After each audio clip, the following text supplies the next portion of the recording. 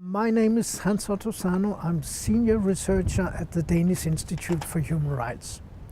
In this chapter, you will learn about the human rights-based approach principles.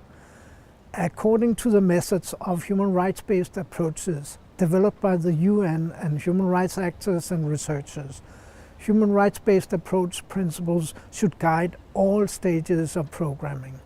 The principles are not only means of development, but are also goals in and of themselves. Hence, the principles may guide the outcome as well as the processes of development.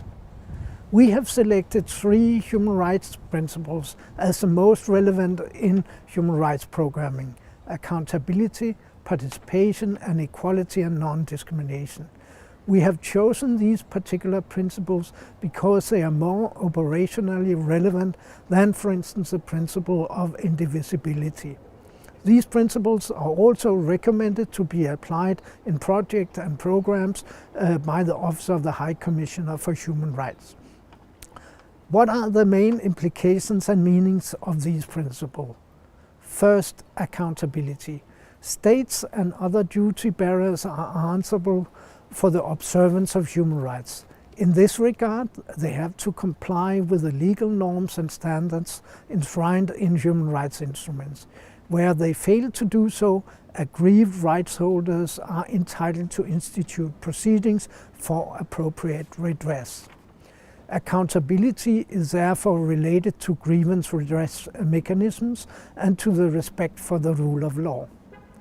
Second, a number of operational implications can be formulated as regards participation.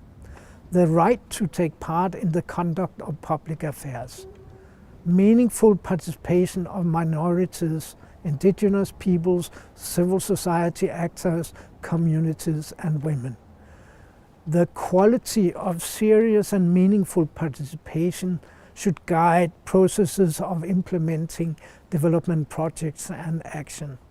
A key dimension of participation is the effort to involve vulnerable groups of rights holders.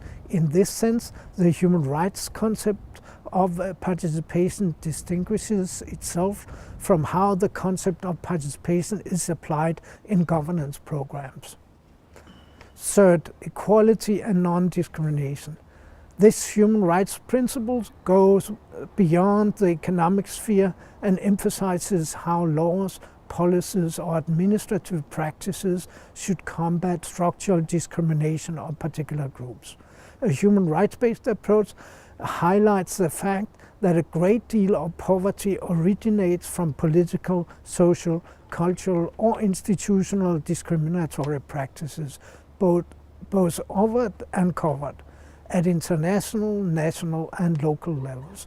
This principle seeks to redress structural forms of inequality that victimizes marginalized groups in particular.